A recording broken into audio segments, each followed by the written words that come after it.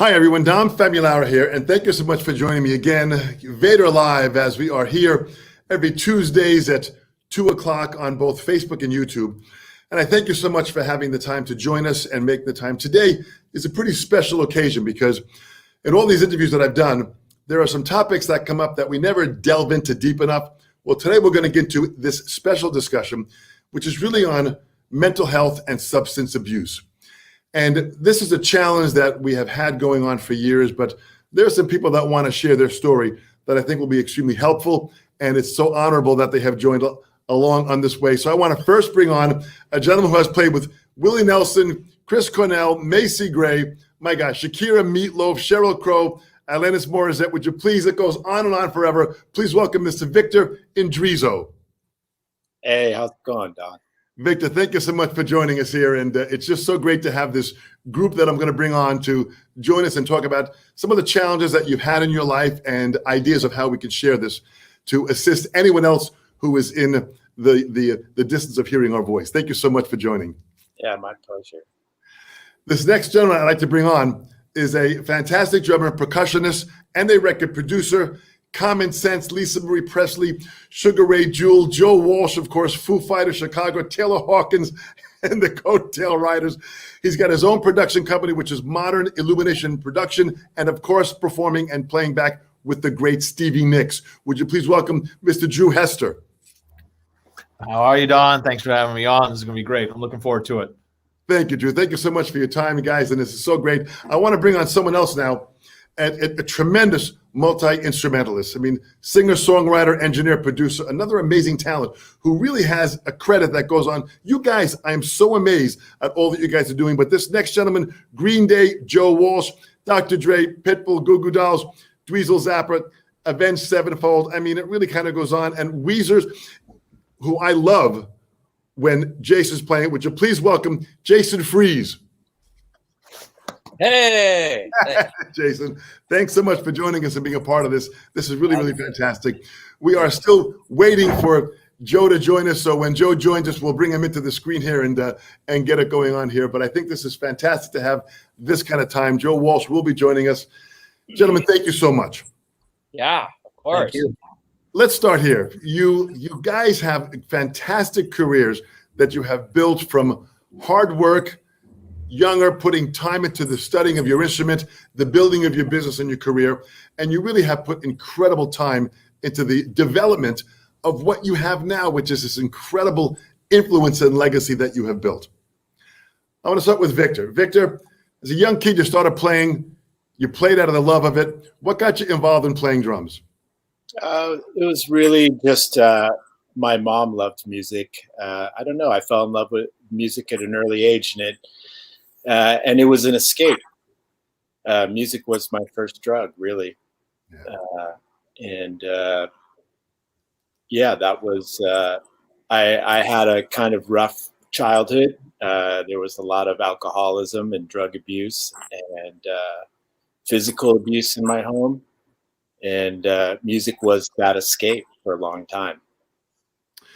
Well, this is a point when you talk about music being the first drug. And listen, I think we all can attest to that even for myself as a young child with my self-esteem issues that were very, very low and my stammering challenges, music was my escapism that helped to not only, allow me to escape, but also helped to heal me in many ways. Yeah. I got to go by. Drew, yourself, starting out young, you started playing music. What got you involved in drumming?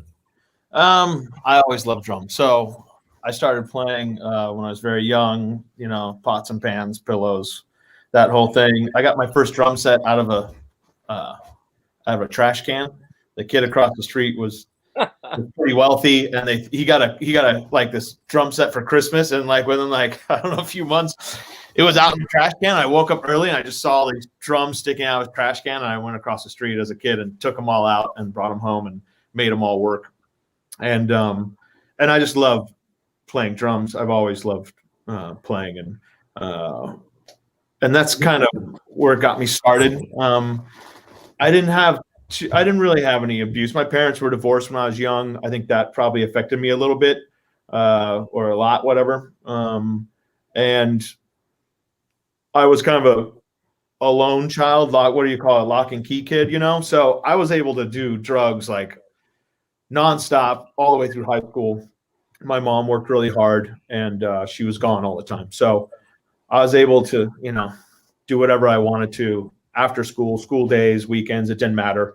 And I had a group of guys that we partied and played music with, and that's how I got started. So it's interesting, and we'll talk more about it. So that those early days of the tribe that you were with, so to speak, was kind of just all doing it and just to kind of fit in with the group. That's a part of how I think everyone begins their process. Yeah. Jason, I got to go for you as far as when I say multi-instrumentalist, I mean, you really are an incredibly talented person that can really have access to several instruments and, you know, songwriting and engineering, producing. What got you involved with music at an early age? Well, my dad was the conductor of the Disneyland band when I was born. So I kind of grew up in the Disneyland band room at Disneyland, and there were just instruments everywhere. And my dad was really influential for my brother and I, where it's just like there were just instruments everywhere in our house, you know. And I think we tried out 20 instruments before we figured out what we were really interested in. You know what I mean? Like you would sit there and we'd play the trumpet and go, "Oh, that's fun, but not really into it." And then I'd try something else. "Oh, that's fun." And then you finally figure the one that you gravitate towards, you know.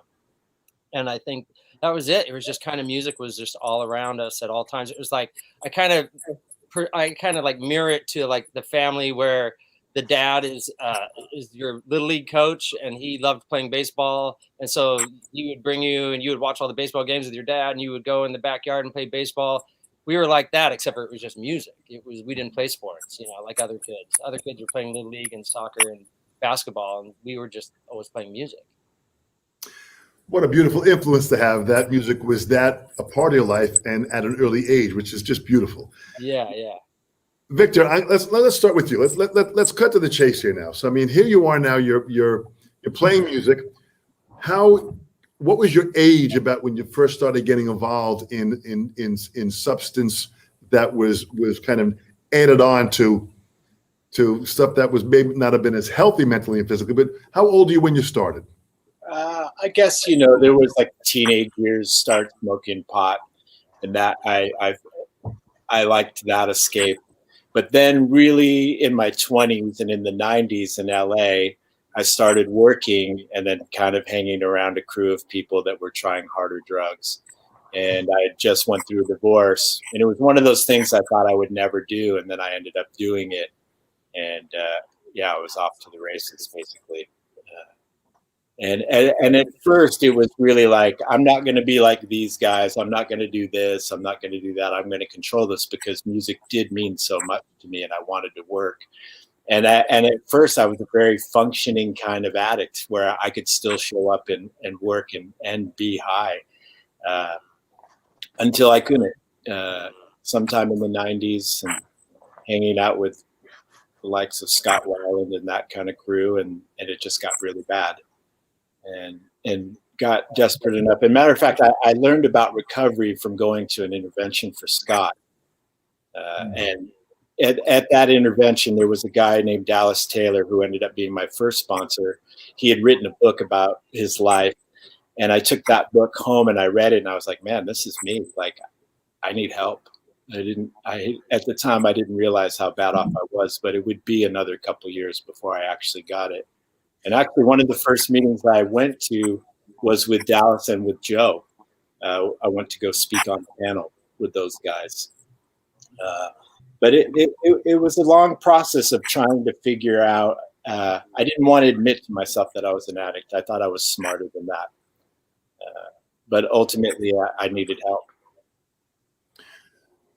Boy, what's interesting is that, so you're reading this book. What was it in that book that had you feel like you were relating to what the storyline was? I think it was just how much he was using drugs to mask a lot of pain. For me, at a certain point, it wasn't like, oh, this is a party, this is fun. It was really like, I never felt like I fit in and I could just kind of numb out, you know, and it was about the feelings. And then that thing of like, not being able to stop. I remember when I wanted to stop, the first time and I couldn't. That scared me. And then I realized that I had become the things that I didn't want to become, and I felt trapped. Interesting. Well, I want to get more into that too, for sure. Drew, where would you say you were saying you were hanging out with people in your early teens, and you didn't have the parental guidance? I mean, your mom was there, but you had like a lot of freedom. Yeah. So, I mean, my thing started when I was young. I got a job when I was 12, washing dishes at a local restaurant, and they had Coke there. They always had Blow available. Everybody was doing it, and Dude, what a great job. Yeah, yeah. I could work an 18-hour day, no problem. And my mom was on, so I would just work, dude. I'd wash. I'm not joking. I'd scrub pots and pans, cut carrots, celery sticks for literally all day long. After school on through the weekend. But anyways, I got hooked on Blow at a super young age. Worked all the way through high school, made money, just working jobs, playing music, doing, and still had like a, busboy job, whatever.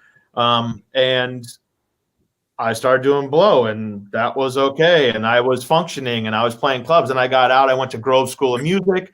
And at that period, I kind of put it down for like that year. I really went to school, and actually my roommate at the time hated drugs, and he was a really close friend of mine. So I decided, you know what?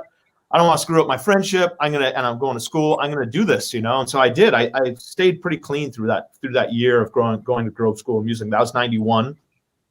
Got out. I got a job in a band. With a band Common Sense, and that band did pretty well. We could do like, kind of House of Blues tour stuff. And I ended up getting more and more involved in drugs, like Blow. And it got really bad. I got fired from the band. I ended up pretty much being homeless. I lived in my car, and I showered in an office building. And then I got a couple DUIs back to back. Both, I got my second DUI driving on New Year's Eve. Stupid. Usual. I mean, that was just down my mind. Going to my dealer's house, had played a gig, got my second DUI. I got in front of the judge in Newport Beach, and her 18-year-old daughter had been killed by a drunk driver about 2 months before I stood in front of her. And my parents had moved to Europe, and my brother was in the military. And I was pretty much like by myself, I was like, I'm not going to call my parents and have them rescue me. I'm in this. So I got sentenced to 2.5 months in jail, and during that time, I prayed to God, and I said, like, give me a gig in a church somewhere clean where I'm not in a bar, and help me out. And I made a deal with myself to stay sober from January 1st to January 1st of next year. And amazingly enough, I got out of jail, and there was a message on my answering machine in this office building. Sorry. And this guy left a message saying they needed a drummer for a church. And so I took the job. And I got sorry. So anyway,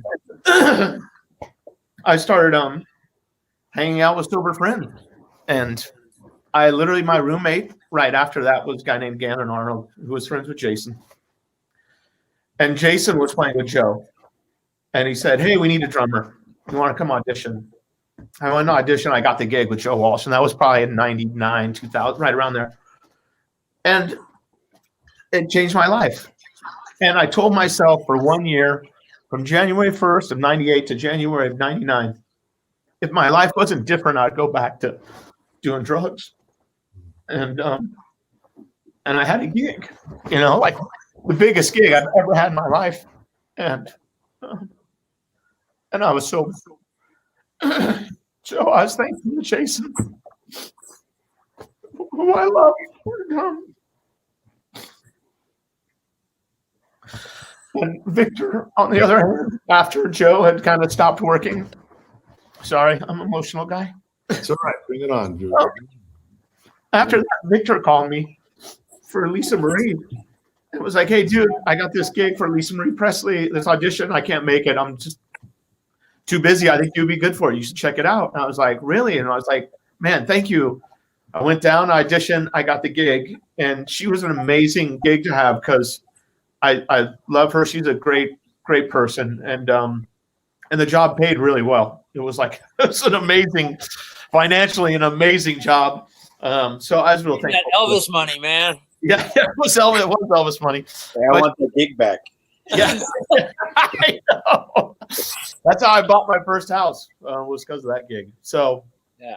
I'm thankful to both these guys. I love these guys, and I love that my first gig was with Joe because he had just gotten sober. He was only a few years into his sobriety, and to be part of that and to be with a group of guys like that was amazing. And you know, drugs are brutal, man. They just, you know, we can get into it and the times like everybody's going through right now, but I was thankful, and I was thankful that somehow I made it through that year, and that message was on my answering machine, you know, and it gave me a place to go make some money, not in a freaking bar or with my dealers nearby, you know. So, anyways, that's what.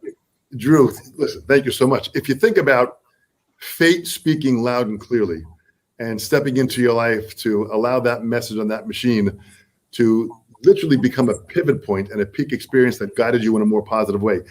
It's very, very powerful. And thank you guys so much for sharing this information. I know this is not easy. You know, if we talked about music and gigs and playing, that's real easy to talk about. And we'll do that at a future time.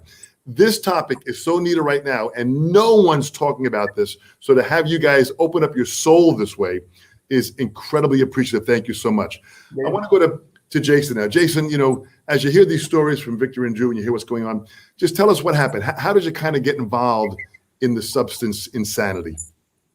Yeah, it was really interesting for me because I grew up in an alcoholic family. My dad had a really heavy problem, but it was really crazy though, because my mom and dad masked it so much that my dad was like a really weird drinker. Like he wouldn't drink every day, and there wouldn't be alcohol bottles all over the house, and he wouldn't be screaming, beating his wife and beating his kids. And he would like go on a binge for like 2 or 3 days, and he would just stay in bed. And my mom would go, well, Dad's sick. And we'd be like, oh, okay. You know, I've been sick in bed before. So it was like, she was, you know, covering up. And so then we got to the point where one day when I was 11, turning 12 years old, I remember I was going from 6th grade to junior high, which is like a kind of a pretty rough time in a kid's life, because now you're going to be meeting all these kids from different schools. And my parents just told my brother and I, they're like, we're getting divorced. And we were like, what? Like we couldn't believe it. We had no idea. And we had no idea my dad was an alcoholic. And then we start connecting the dots, and we're like, oh yeah. And then we start hearing the stories, and then my dad goes to rehab. And so I grew up in that, but it wasn't like that, the kind of the stereotypical alcoholic family in the sense that I really didn't know what was going on until I looked back at it. And then I was like, oh, I guess I saw those signs. But the good thing that came from it was that my brother and I were able to witness my dad having it all and then losing it all. Like literally, he had a Volkswagen van and a sleeping bag. I mean, that was it.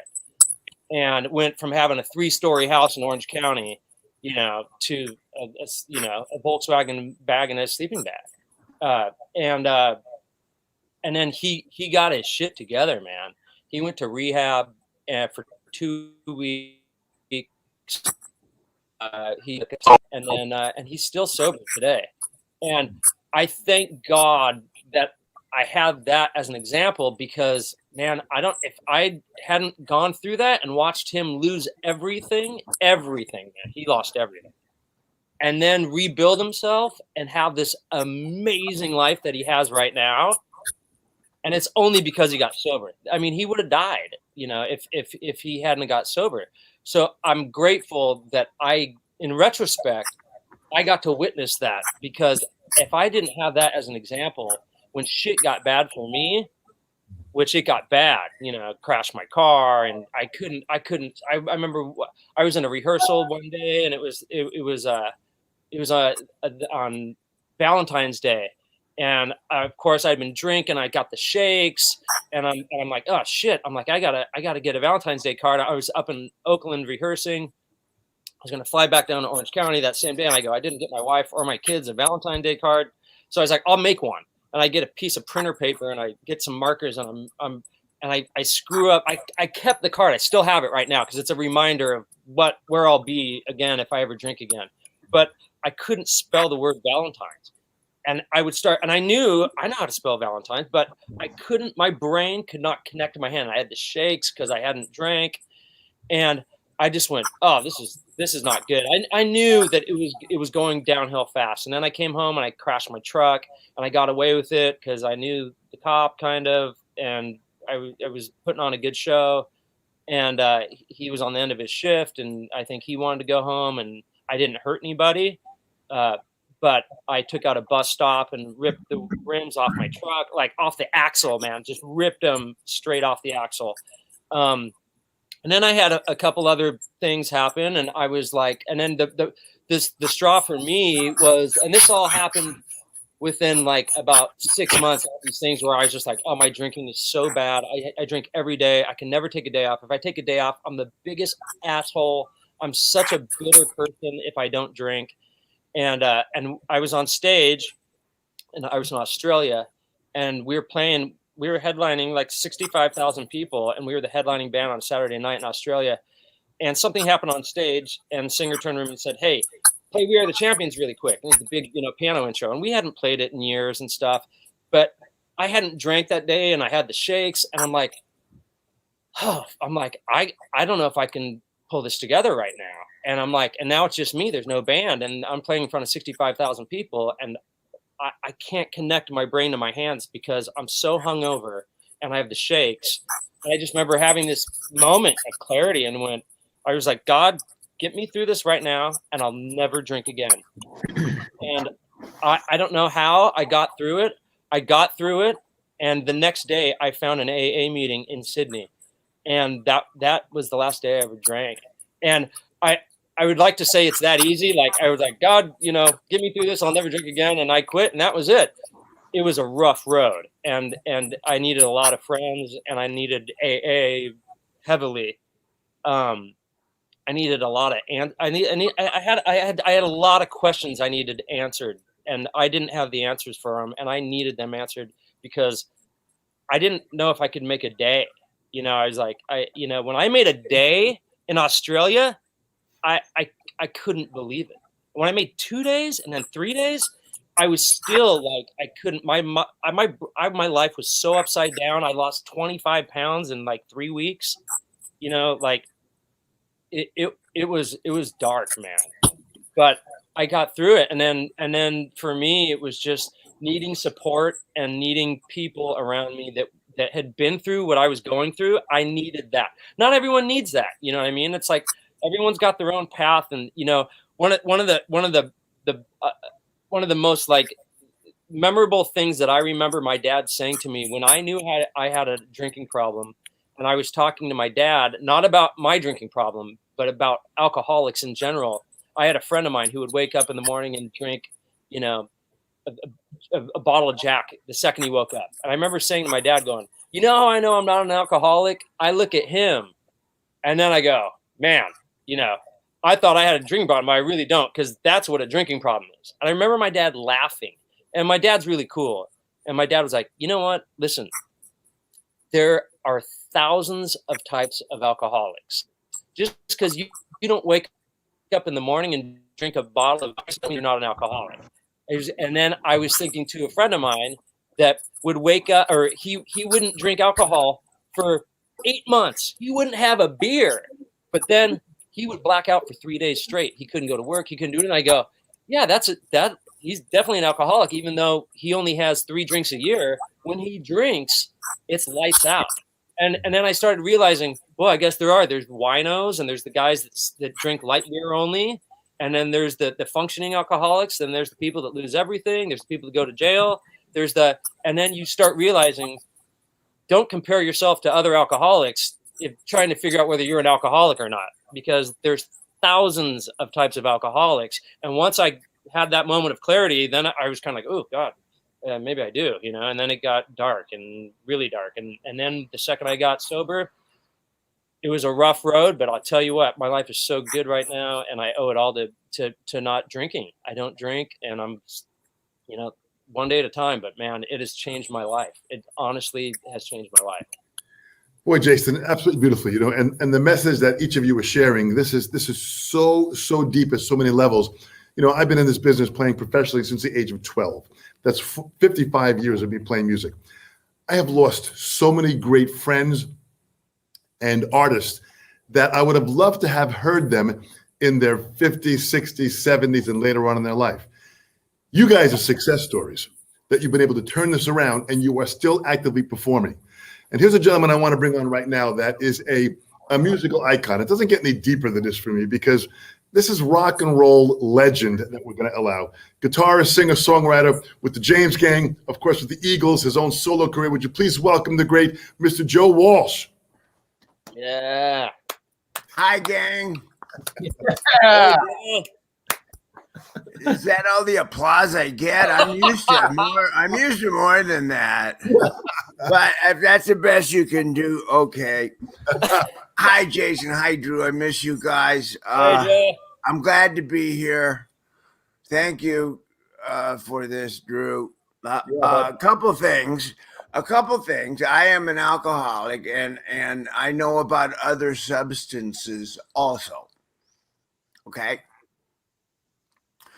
I want to say that if anybody out there, if anything we say resonates with you, anybody who's watching this, and you're kind of wondering if you're an alcoholic or not, I'll save you time. Only alcoholics do that. Okay? So ask somebody for help. Get help. COVID, social separation is absolutely horrible without a program and a fellowship of people. And we all have that with Zoom and other things. We have a 12-step program, which are tools to live life sober, one day at a time. And we have a fellowship in a 12-step program of other people. So social isolation, you don't have to isolate. You can get on every day with people who understand you. And you don't feel alone and individual and unique and one of a kind. And that keeps me grounded. I've got a couple groups of a lot of sober guys with more time than me. I tell you what, and I get on there every day and we check in with each other, and it's me too. Oh, me too. Me too. And we do that every day, and it takes away the social isolation, and the isolating is the worst thing that an alcoholic or an addict can do. To isolate enables your alcoholic mind. It enables that destructive way of thinking. If you feel unique, alone, by yourself, and one of a kind, and make yourself the victim, which is what we always do. Okay, that's what I wanted to say. That's most important. Anybody out there who's wondering if they're an alcoholic, you are. If you're thinking like that, okay? And ask somebody for help, because I wouldn't be here without the program of Alcoholics Anonymous, period. I wouldn't be alive today, but I wouldn't be here now in this COVID mentality if I allowed myself to feel unique, alone, individual, one of a kind, and nobody understands, and poor me, and I'm the victim. Don't do that. And I'm so grateful to have right here, you guys. You know, that's all I need today, is to realize that I'm not, it's not all about me. I'm not the victim. I'm part of. And that's the thing that keeps us sober. I only got drunk once for 37 years. Okay? I achieved an amount of success early in my career, starting in college. And I was so terrified to get in front of people and play music that I couldn't play music. And I grew up in the 50s, attention deficit, obsessive compulsive, maybe a little bit of Asperger's. Throw all that shit in there. There was a cocktail that I was. And I was different than everybody in school because I was attention deficit. I could not complete homework. I couldn't do algebra. I couldn't get my homework in. I didn't know how to do it. I couldn't complete tasks. I had great ideas. I started all these projects with great ideas, and I never finished any of them. And I was knee-deep in good ideas, but I didn't know how to wrap it up. I didn't know how to do a term paper. I didn't know how to do an essay. I couldn't do it because attention deficit and obsessive compulsive and all of that, all the kids' stuff that they know about now. In the 50s, medical science didn't have a clue. That hadn't come yet in research. You were just difficult. And that's how I grew up in the 50s, because medical science was stupid and I had no help. And so I grew up feeling different than all the class because I went to the principal's office more than anybody else on a regular basis for acting out, for throwing shit when the teacher turned around to write something on the blackboard, for reaching over and trashing the guy next to me's book onto the floor, for just, when nobody, just anything, acting out, because I couldn't sit still. And I was different. And the kids treated me differently. Now, I was funny. I found that humor hid all that. If I was funny, if I was a class clown, they liked me. So I found that humor worked really good. But I couldn't get on stage when that time came. I couldn't get on stage and play. I just couldn't.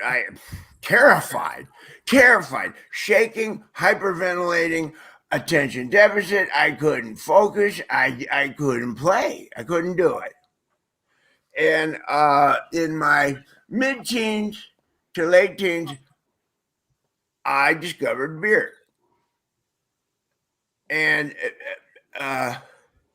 you know what? In an attempt to self-medicate, because there were nothing medical science couldn't help me. Beer, I found a couple beers and I could go on stage and feel pretty good. At least I wasn't terrified, and I could complete the task. And that planted the seed, okay? That worked. I would walk on stage, I go, yeah, hey, I got this, with a little buzz going. So, and it was an attempt to self-medicate. I wasn't drinking to party.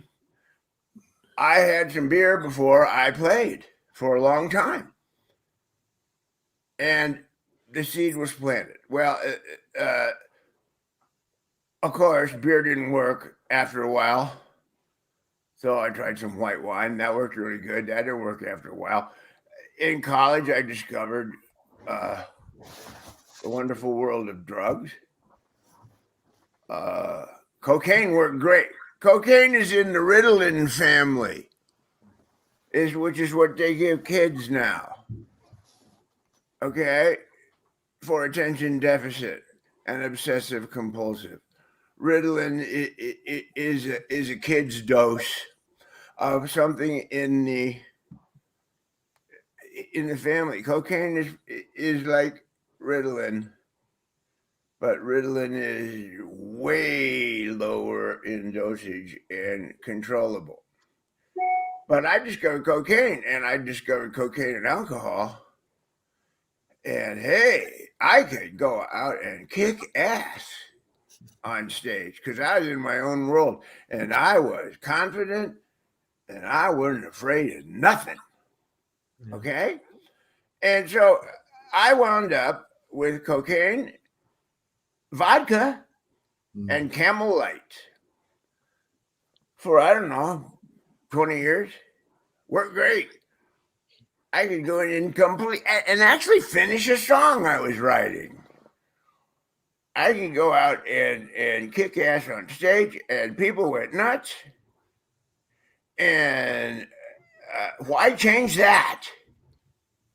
You know? And I had found the solution to growing up a terrified, scared, dysfunctional kid. I fixed that. Joe, you related that where you were at that time to the success you were experiencing. Well, see, look, yeah. I achieved some success, and it gathered momentum, and I achieved success eventually beyond my wildest dreams. So, of course, why change anything? And when I couldn't write anymore because I was too fucked up, my way of thinking was, well, obviously, I'm not drinking nearly enough. And around we go. Well, the seed that was planted was actually a weed. Okay? The seed that was planted with beer sprouted and grew. It was a weed. It was a whole weed patch, and it ate a big hole in me where caring about anybody else disappeared. Telling the truth disappeared.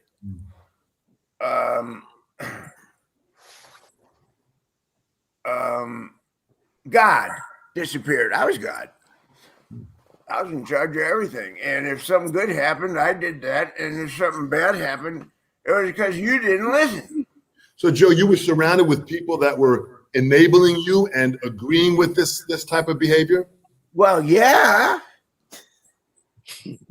I was surrounded with people, and all I had to do was tell them what I needed. And the Eagles, you know, who knew? We were just a bunch of dumb guys that met at the Troubadour, and I don't understand it. And created magic. Yeah, we created magic, and we fought, and that was part of the creative process. And we were a band of brothers, and we all. The only thing that mattered was the band to all of us. We didn't have wives, we didn't have families. We all lived in the same car, you know. But eventually, we could do anything we wanted. So we did. And I was totally enabled. By going out on stage, everybody loved me. Yay. Standing ovations. afterward, I did so great, I figured, well, I'll reward myself and fucking stay up all night. And so the hole in me where everything good, love, caring, God was there. And I took it as far as I could go. And yeah, all the guys I ran with are dead. All my buds are dead. You know, Belushi's dead. Keith Moon's dead. A lot of everybody that's dead is dead because they died before they hit bottom. And I hit bottom before I died. Let me ask this question, Joe. When you hit bottom, what was the turning point that you finally said, you were so used to this life before, but now I have to make change? What was that moment? Okay, well, when the Eagles broke up, I didn't know how to process that. I couldn't handle it. I did not want to admit it, so I kept going, and I kept going for 12 years, pretending that I was in the Eagles, and just kept going. I couldn't handle not being in the Eagles. Everybody else got married and had a family and shit, not me. Okay, so I was out of money. I really had spent all my money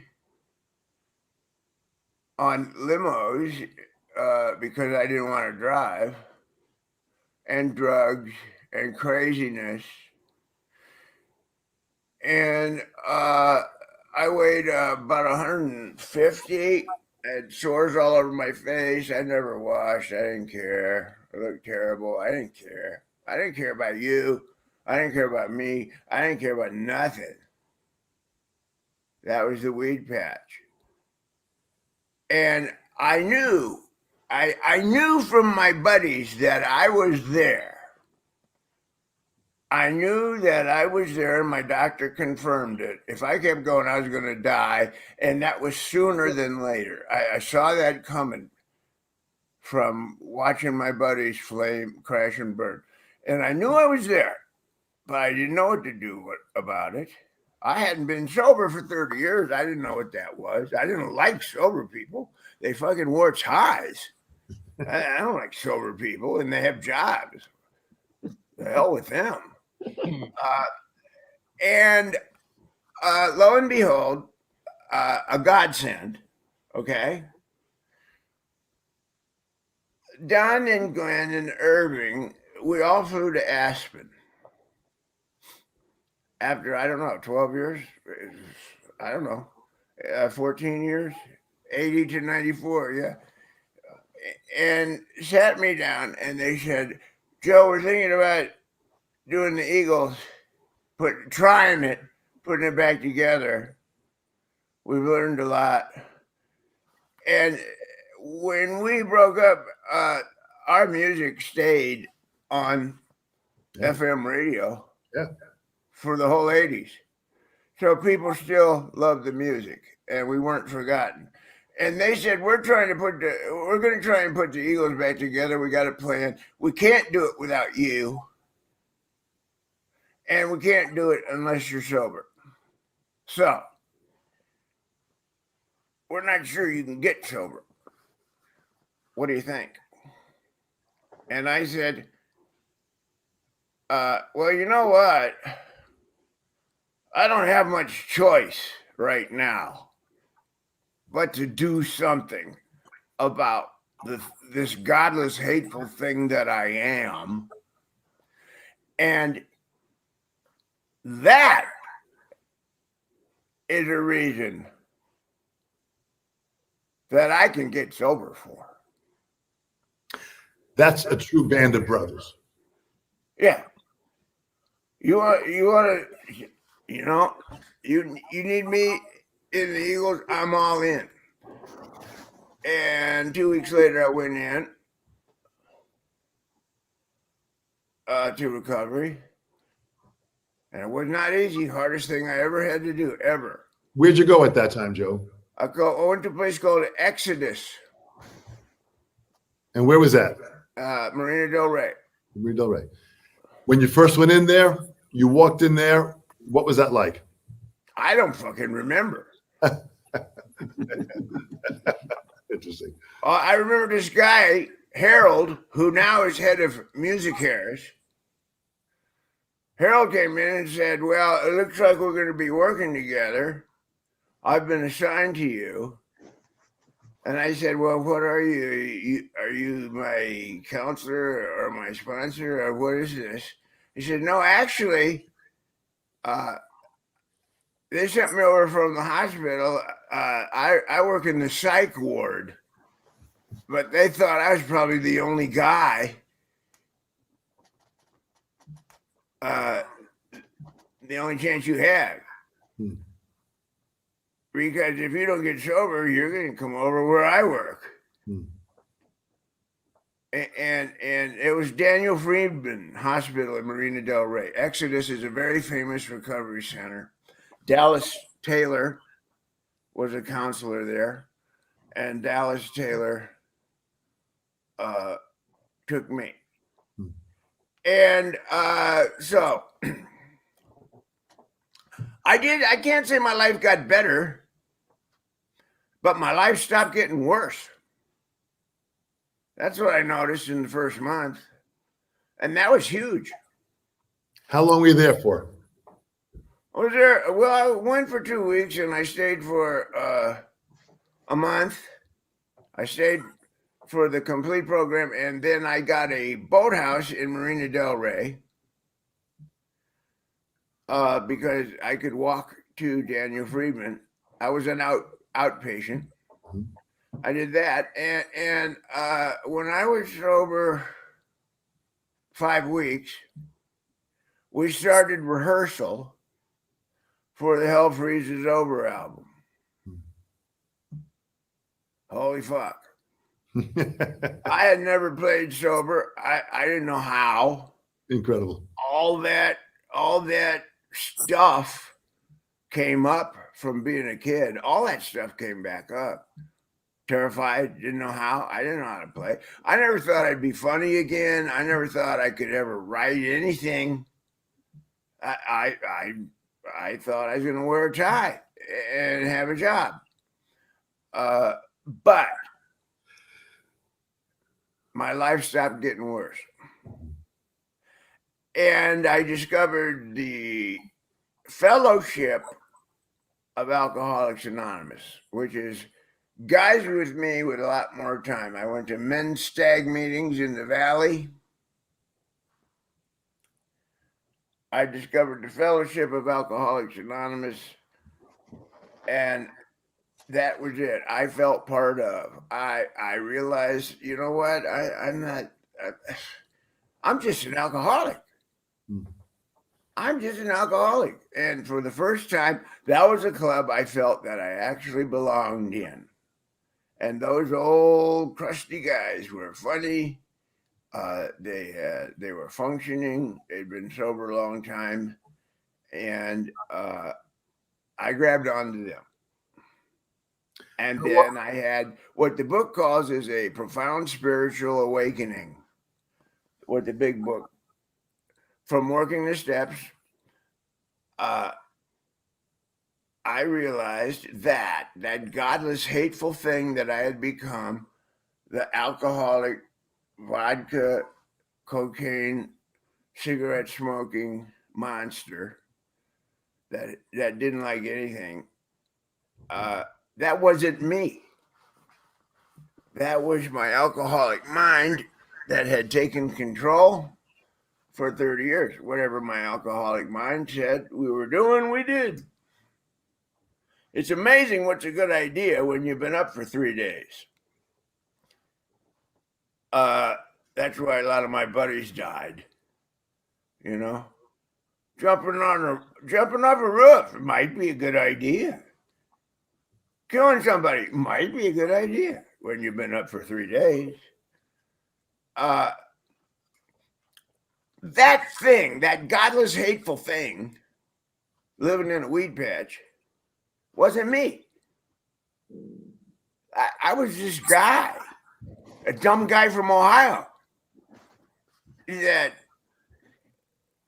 got famous, couldn't handle it, got a lot of money, couldn't handle it, didn't know what to do. Yeah, I didn't know how to. So much non-musical shit comes with success that you lose track of who you are. How long did you go to those AA meetings? Those meetings? Still do. At that time when you first started, were you going every day? 4 a day. No, not 4 a day. 4 a week. 4 a week. 4 a week. Men's stags, crusty old farts, men's stag meetings in the San Fernando Valley, and its old book, Hardcore Sobriety. And if you want to get sober, you go to those. What was it like learning the 12 Steps program?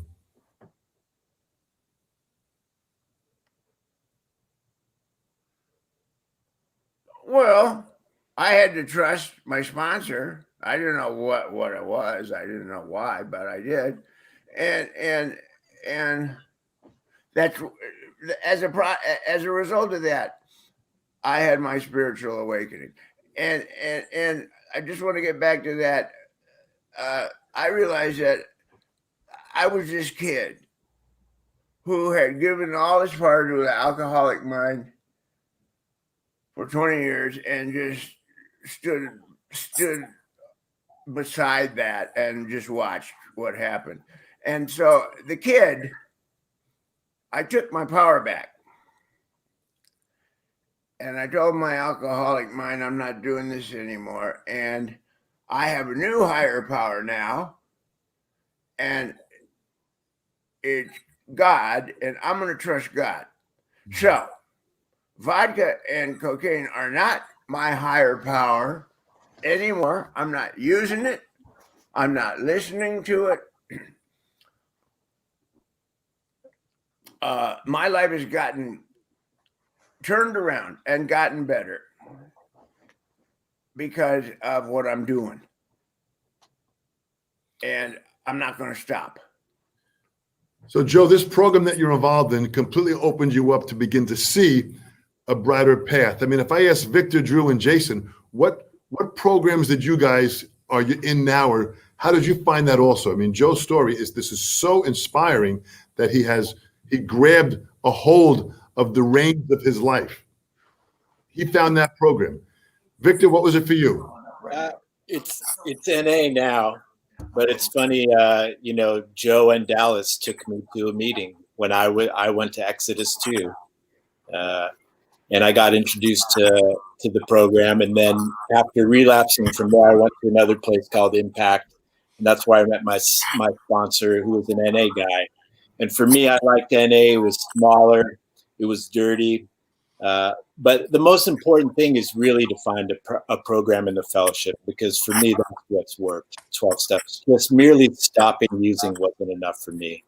I needed to be around other people. Like Joe said it all. It's about the fellowship and finding other people that have been through the same thing, because we walk through this life thinking that we are terminally unique, right? When there are tons of other people going through the same shit. Maybe the stories are different, but it all boils down to the same things. And I would implore anybody out there, especially right now, you can audit any meeting. You can go on an AA website. You can go to look up NA websites and just audit a meeting and shit. If you don't want to have your video on, even, you could listen and just see if anything speaks to you. But I think 12 steps is imperative for me. Well, how amazing, how inspiring, and just to know the fact that you found that path. Drew, what about yourself? What kind of programs did you? I gotta jump in here and say that I have to go. I'm gonna bow out, but I want to say that, Victor, I have the highest amount of respect for you and your work. I hope we get a chance to work sometime. But Drew and Jason are two of my favorite musicians. I have the highest amount of respect for them and what they do. And you know what? A blessing of the program. I never would have met them if we weren't alcoholics. And I love having them in my life. They're brilliant musicians. And there's a lot of people I met that are sober now. We never would have met each other if we weren't alcoholics. And I have a great life. And I gotta go. I'm sorry, it's 12 o'clock, but I'll leave you guys with that. And I love you all. And I would recommend everybody stay at least 6 feet from yourself until this COVID thing is over. Okay? Okay? Forgive me. I gotta go do stuff, and I love you all. Joe Walsh, thank you so much for your time and your energy and your story is very inspiring. Stay well and be safe. Thank you so much. Thank you. Bye. See you, buddy. Yeah. Gentlemen, we heard from the voice of experience. Not only experience in the music industry for what he has done and continues to do, but experience in just the life game of what he was dragged through and what each of you, have been through. I mean, this is just absolutely amazing. Drew, yourself with the change of what you did as far as what program worked for you. How'd you find that? So I was arrested. So mine was a little different. I was in jail and I had basically a month of forced sobriety sitting in jail, and that was the most sobriety I had had since I was 11 or 12. So for me, I was 27.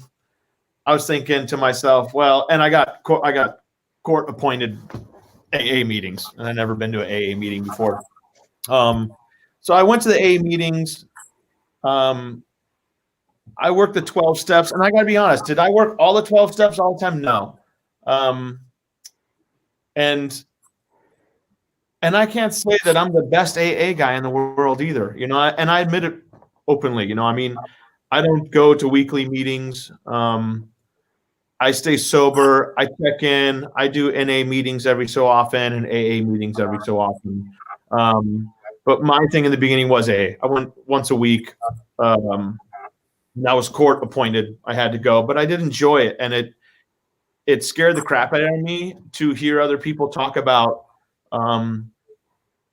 being sober for a certain amount of time and then relapsing and those things, and I was very pig-headed and like, I don't want to be that guy, whether that works or not, and it doesn't work. Like there's been a couple times where I've almost fallen back in the strangest circumstances, and I thank God that I had friends around me at those times that pulled me back from that. But yeah, so I started with AA. Yeah, I did some NA meetings with Victor. He took me, and he was always inspiring and supportive, and was just an amazing friend when I was coming out of this. And he's always been a great sponsor type person who's worked the program, and I was thankful to have him in my life. And when this came up and we said that who was going to be involved, I was just tickled to death. And I mean, I haven't seen Victor. We had breakfast about a year ago probably, and that was the last time I saw him. And we don't get to see each other enough. And this, I think what Joe said, I mean, at least for me, the fellowship of people can't be expressed enough how important that is, especially during this time of isolation, quarantining, all that stuff. Because I what Joe said was 100% right. That's when you go nuts, man, and you think like, either I got this or it's all about me or whatever. Those are the times that I almost lost my sobriety, was when I thought, you know what, I know what I'm doing. I'm going to go in and I'm going to do some drugs right now with these guys, because all these guys in here I want to party with. And they're mostly, it was just famous people, other drummers that I thought it would be the best night ever for me to go do a bunch of blow with 5 other famous drummers and just tell stories. And luckily, one of my friends in that situation, another drummer, said, "What are you getting ready to do?" I'm like, "What?" And I literally stepped out of that situation. And I was 10 seconds away from blowing 12 years of sobriety, But I'm thankful for the friends that I have. And Jason is another like phenomenal friend. And to have him become sober and get on this path, it's not for everybody, man. It isn't. And I tell people that all the time. You know, I don't know if you're an alcoholic or not. I don't. And I don't know if you got a drug problem or not, but you do. And I think that, you know, like Joe said, if you're asking the questions, if you're an alcoholic, you're probably an alcoholic. Or like he said, you're not probably, you are an alcoholic. So I'm thankful for my sobriety, and I'm thankful for the friends that I have to keep me sober. I think that's something that people need to do, is to make sure you reach out to solid friends that can give you good advice, not, you know, shitty friends that are going to tell you the wrong answer. So, well, it's amazing. It sounds like in the early days when you guys got involved with all this, you were being enabled by people that wanted to pull you into it. And now that you've been through what you've been through, now you are surrounding yourself in your tribe with people that keep pulling you out of it and keep reinforcing the strength of being away from it. That's an incredible surrounding of what you have with your friends. That you. And real quick, I mean, that's how Taylor Hawkins from the Foo Fighters, you know, I mean, when Taylor had his drug overdose with heroin, he flew home. They canceled. I mean, Foo Fighters are getting ready to open up for U2 and do a huge tour. And Taylor had his overdosed and, you know, was in a coma for 6 weeks. And he flew back to the U.S., you know, went into drug rehab. And that's when he reached out to me. We grew up together since first grade. And that relationship began because he's like, hey, I need a sober friend, and let's hang out. And we literally hung out every day. And you know, that helped. And it helped strengthen me. It helped strengthen him. And that was a brotherhood that worked out well. And, you know, he's one of my dearest and best friends. And I'm glad we have that relationship. So. And another great musician. I mean, he's just a phenomenal player and person at what he does. So let me ask this question. Jason, yourself, what was it like? Well, you know, I think one of the biggest, I don't want to sound redundant, but it's so important to surround yourself by people that are going to make you a better person, make you a stronger person, going to understand like what you're going through. And it, you know, at the beginning, like you really need to surround yourself with those people and pull yourself out of the people that you know you shouldn't be around. Because as long as you hang out with those people, it ain't going to happen, man. It's like my grandpa used to have this amazing saying. He would say, show me your friends and I'll show you your future. And it's true. You hang out with musicians that are better than you, you're going to become that better musician. You hang out with people that are, you know, stealing cars, you're going to be stealing cars. You know what I mean? And so therefore, when you're trying to do something like quitting drinking, if you're surrounded with a whole bunch of dudes that are drinking 24/7 partying, good luck. You know, you got to change your life, man. And I was lucky enough to have people like Drew and quite a few people in the crew of, you know, my touring crew that had 20 years sobriety, that I could turn to them and call them and go out to meetings with them and ask questions. And, you know, I think some of the best, at least for me, when I got sober, some of the best words of advice were stay busy, do something physical, don't sit in your house on your couch.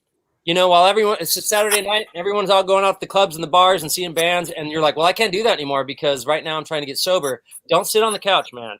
That's idle hands are the devil's playground.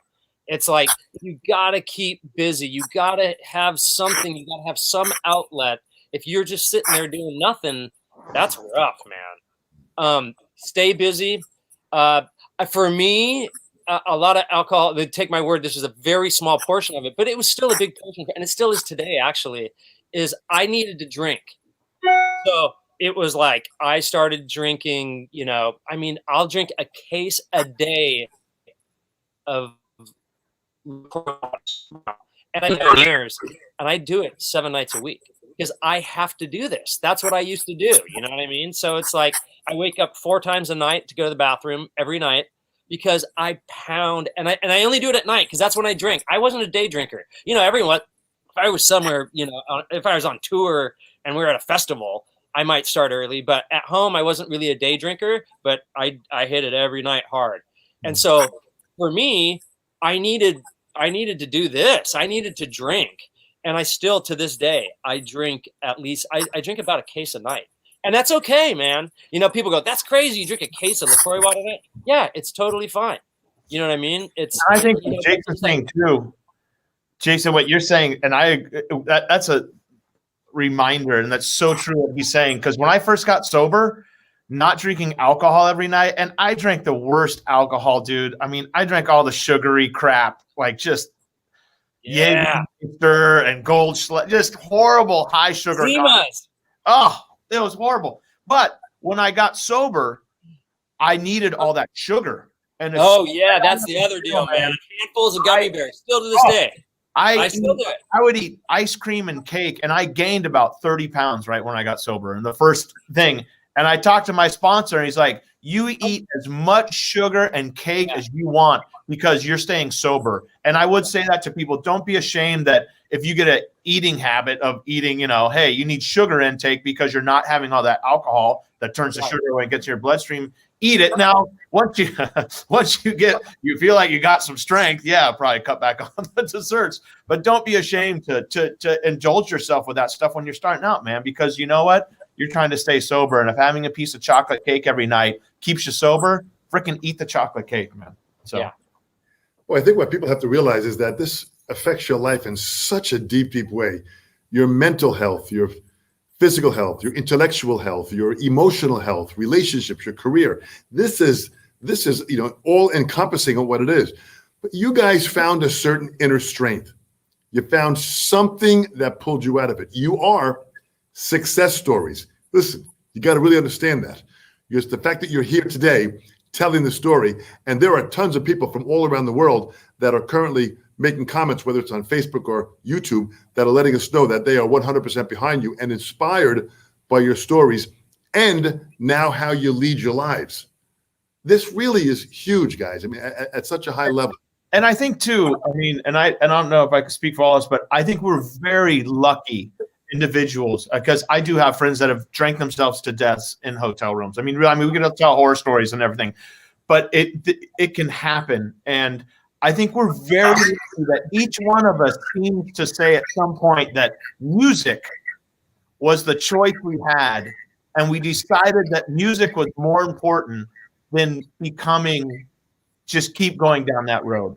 You know, and we had something that we loved so much and cherished so much, because none of us, as far as I know, had relationships. I mean, some of us did, some of us didn't. I didn't have a girlfriend. I didn't have anything, man. I had my car and the shower at the office building, and some of the guys I'd see at the bar. Oh, sorry, hold my phone. Oh, come on, dude. But you didn't take care of that before this thing started? I don't know how to do that, dude. Anyways, but I would say music is such a huge part that we were able to turn to and have something. And I would say that people, hey, if you don't have that love of music, find something in your life that you truly cherish. And if it's your child, if you can like focus on something, or if it's a love you have of sewing, mechanic, something that you feel like it's worth it, man. We're lucky we had music that we love so much that, you know. In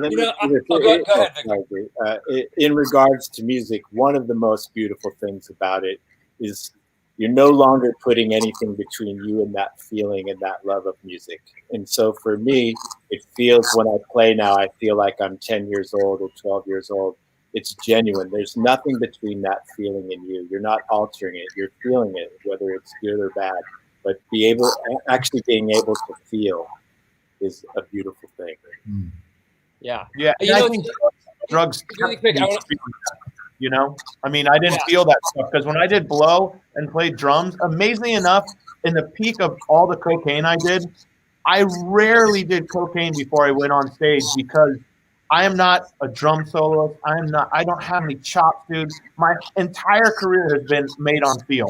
Like, I have good time and it feels good. And when I play 2 and 4, amazingly enough, people are like, man, that feels great. And I get in the band, and that's all I do.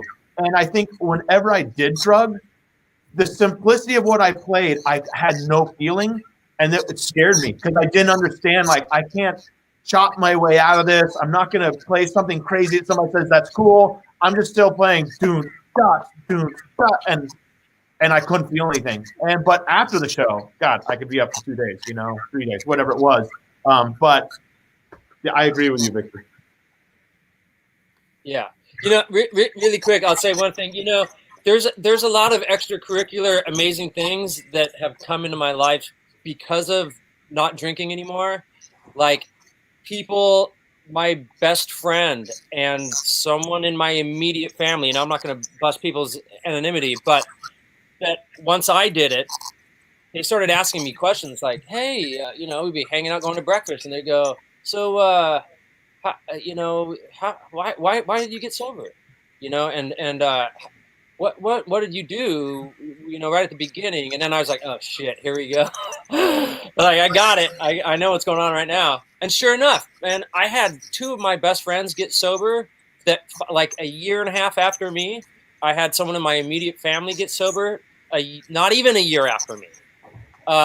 And it was like, they saw me and they were like, shit, if he can do it, I can do it. Because, it was a mess. It was like, my friends that got sober, like my garage was a bar. Like I had 20 neon lights, pub tables, I had kegerators, darts, popcorn machine. I had TVs on the wall. It was a full bar. And, it was like when people saw that, I remember one time, one of my friends was one of the biggest alcoholics who's now sober. He showed up one time and I was already drunk and the party hadn't even started yet. And he was like, God damn. He's like, dude, when did you start? And I was like, huh? Like, I was like, oh shit, he can tell I've been drinking already. And the party hadn't even started yet. So when my friends saw that I got sober, they were like, dude, I can do it. And now, and they're still sober and it's amazing. And, another thing there's a bummer. And then there's the good side of it is people in your life are going to change if you get sober. It's just the way it is. It's the way it is. There's no way around it. You're going to have, and there's going to be people that fall out of your life that you're going to be like, man, like I never saw that person falling out of my life. But now that I look back on it, yeah, I guess every time we hung out, we were drinking, I guess. Like I never really noticed that. But now that they're not in my life anymore, and then there's people that come into your life that are like the biggest blessings ever. And you could go, I would never be hanging with this person if I wasn't sober right now. And so there's so many neat things that happen in your life, positive things that just happen. Not like you're trying to get this to happen by quitting drinking, but when you do quit drinking and partying and ruining your life really is going to change a lot. And I got to tell you, the positives outweigh the negatives, 20-fold. So it sounds like, in this abusive mentality, there was this negative spiral just constantly pulling you down. And then when there was that pivot point that made you change, this positive cycle has continued and taken its place. And it seems like you guys are on this positive cycle, so healthy at so many levels, mentally, physically, emotionally, and intellectually, that it really is inspiring for you and for us at so many levels. Yeah, absolutely. I mean, we're lucky to be where we are. And I look at people that, I pray for, that I just sit there and go,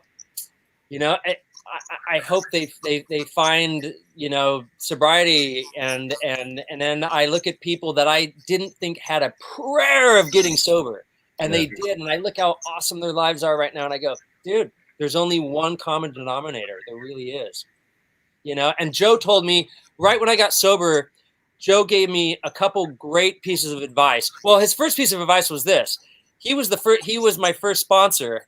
And when I reached out to him first, because I didn't want to reach out to other people that were sober at home, because I was like, I didn't want them to think that, because I was like, I didn't really think I could get sober. So I was like, I didn't want to let the people down at home, like in my family, hey, I'm quitting drinking. So, and then go, well, maybe I'm not going to be able to pull this off. So I'm not going to tell them. So I reached out to Joe. And Joe said, okay, listen, here's the deal. He was out in the Eagles. I was on tour in Australia. He goes, Eagles get home in a week. We're going to meet for dinner. But he goes, I got one word of advice for you. He said, if you feel like drinking before I see you, and I'm waiting for this golden nugget of advice. And he goes, just don't do it. I was like, that's it. Don't do it. I was like, come on. But he said one awesome thing, and I remember it forever. And I think of it all the time, and people can think of this as well, even though you don't know Joe. But it was awesome. He said, Jason, he goes, here's the deal. If you feel like drinking before I see you, he said, call me up. And if the reason why you want to drink is good enough, I'll drink with you. And he goes, if it's not good enough, then you don't think that I'm going to drink with you, you probably shouldn't drink either. And I still think of that all the time. Going, if I'm going, oh man, I'm getting stressed out. Shit, man, stuff's crazy right now. And I'm thinking about, do I want to drink? I sit there and go, if I called Joe right now and said, hey, Joe, this is what's going on in my life right now. Would you drink with me? Would he drink with me? And I've never had a moment where I'd say, yeah, he would drink with me. There's no way he would drink with me. So I go, that's kind of my gauge. And it was a great piece of advice. So by going to the meetings and by hanging out with people that have that kind of support, the relapse isn't as obvious or there for you. It sounds like you're able to control it a little bit better. Yeah. I mean, one day at a time, right? I mean, one day at a time. I would like to say that all three of us are going to be sober to the day we die, but one day at a time, you know what I mean? It's like this is part of the journey. And this is, at least for me, I'm gonna speak for myself because everyone's got a different journey, but like I need check-ins, and I need, I need reminders, and I've also kind of programmed myself personally for certain reminders, not so much like I need to go to an AA meeting. It'll be like, I'll look at someone who's in a horrible place in their lives, and it's obviously because of drinking, and I can use that as a tool for me going, this is why I don't want to drink anymore. Yeah. I've learned to turn certain situations into my own personal, personal inventory check, going, hey, look, check this out right now. I mean, this will be me for sure, and really fast, and like Joe said, the other thing is that, I've never seen an alcoholic who kept drinking and his life got better. When we speak about it, that's why I say there really are no success stories here when you think about it. But let me say in closing, gentlemen, I mean, this is so incredible. And I'll start with Victor. Victor, what would you say to someone out there that's listening that is really kind of confused or starting to relate to the conversation? What would you say to them, younger, someone older?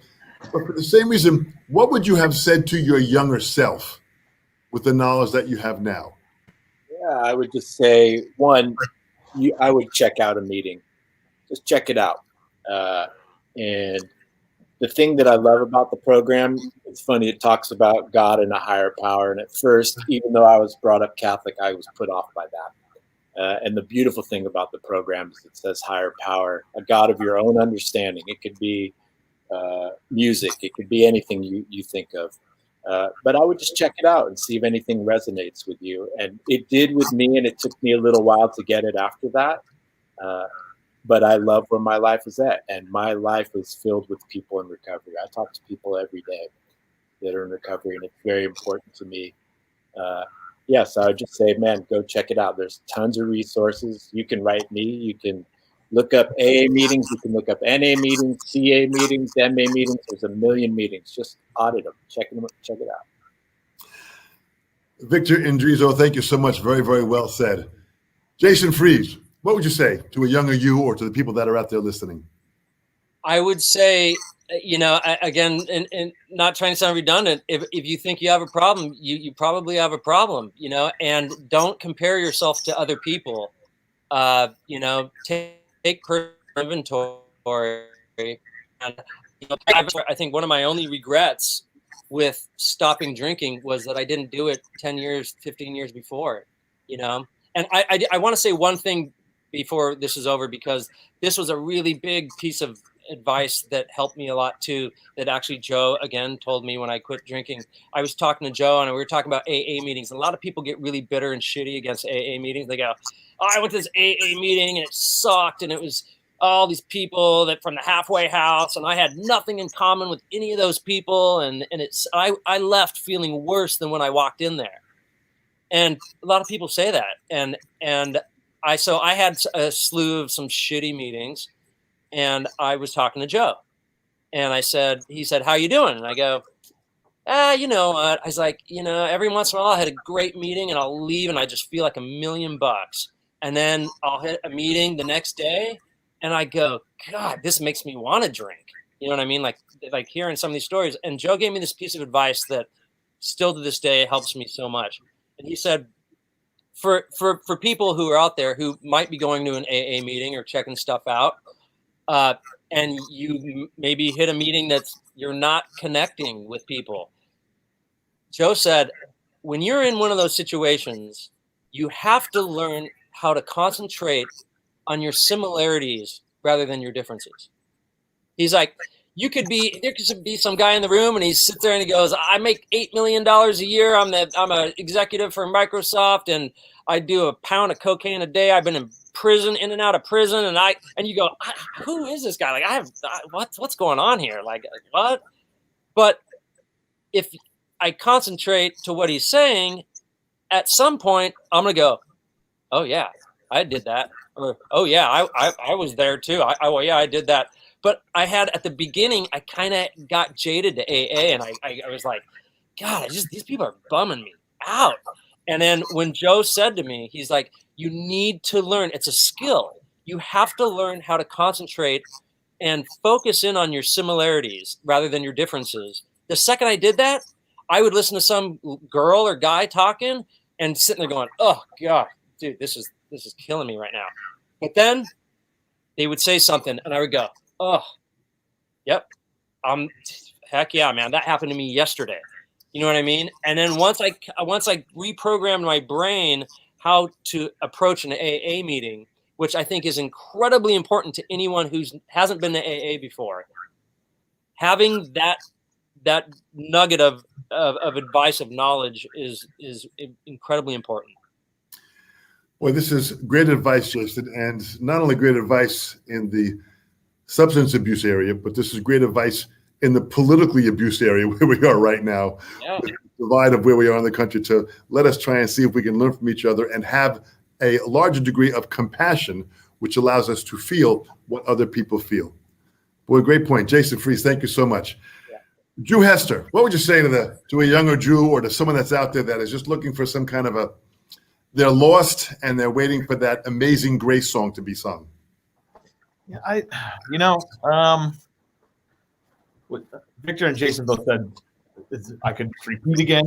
I think one important thing is, get to a meeting. Like, going to a meeting, it's nerve-wracking, man. I hated my first meeting. I went.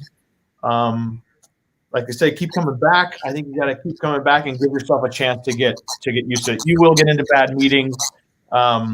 And I think the more you put into those meetings, the more you'll get out of it. If you sit in the back row for an hour and just listen, that's okay. Do that in the beginning. That's what I did. I didn't speak. I didn't raise my hand. I didn't want to share a thing about my problem because I didn't have a problem until I sat there long enough and realized, wow, all these people speaking are just me, and I need to share. And I started to share. And once I started to share, it opened me up to start talking and having that conversation. And I think if I saw myself as a younger Drew, I think I'd want to tell myself that you have worth.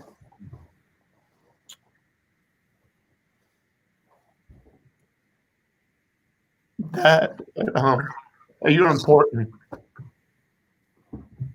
And maybe you don't feel loved or that, but you are loved. And that you open yourself up to being okay, that you're in a bad place, and take one step at a time, a baby step forward, out your door, a baby step to getting to a meeting, a baby step of sitting there and listening, a baby step of accepting your situation. And I think that's what I tell myself if I was younger. Like, just it's okay to be a total fuck up. Know that you're loved. Know there's people out there somewhere that care for you. And yeah, I think that's what I tell myself. I think what Victor said, get yourself to a meeting, and Jason, it's free. There's no judgment. Nobody's going to look at you. It doesn't matter whether you look homeless or whether you look like Jason said, a CEO. Everybody's there for a reason. And be open-minded to that and get yourself in there. And I think part of the isolation, everything Joe kind of spoke about some, I think it's important to reach out to each other, really. And I think it's important for people to learn to listen. In this political environment, like you said, man, country's in a nasty place. People need to accept that other people have different views, and it's okay. Whatever your political view is, but we need to get back to listening to each other and calm down and do that. But that's a whole nother discussion. Thank you, Drew Hester, so much. There's an interesting saying that I discovered many years ago. We use steel to sharpen steel. Steel sharpens itself. Well, it truly is man that sharpens man. And I believe in this moment, in this discussion that we have gone on for almost 90 minutes, it's been amazing that what you guys have opened up and what you have shared, not only does it show your value, and not only does it show your worth, but it shows your greater sense of respect for each other and for yourself, and for the highest sense of integrity, which is what we have in our reputation and our purpose in life in which to deliver. You guys have delivered that well today. And if somebody is not emotionally moved by anything that has happened in these past 90 minutes, they are emotionally dead. So it comes down to tapping into the fact that you guys have dug down deep into your heart. You've shared some incredible information. I don't think I know of any other company like Vater that would choose to have this kind of a discussion and open up and bring us together to have this discussion, to hopefully go out there and throw a lifeline to people that see the fact that there is a positive path to healing at the highest level. And when you begin to heal, then you can take someone else with you and heal them. That's what you all have done today. On behalf of Victor Indrizzo, Drew Hester, Jason Freeze, and of course the great Joe Walsh, I thank you all so much for your time, for your effort, and your spirit, and thank you so much for sharing that today. Thanks, Don. Thanks, Don. Thanks, guys. Thanks so much. Fantastic. This really has been fantastic. We speak about the depth of mental health and substance abuse. This is really something which is not discussed as much, and there are thousands of more questions that came in from people around the world that we could have gotten to. So maybe this needs another part 2 to go into it and have more discussion about it, because this is so deep to have these 4 people come on here and share the depth of their life with us. And they share that because they want you, the listener, to find a path and to secure your life at a higher level, and then share that with others. Empower yourself and then empower others. And this is absolutely fantastic. Well, again, thank you guys so much. These Tuesdays at 2 o'clock. I love these Vater Live Tuesday to 2 o'clock sessions because you never know what's going to happen.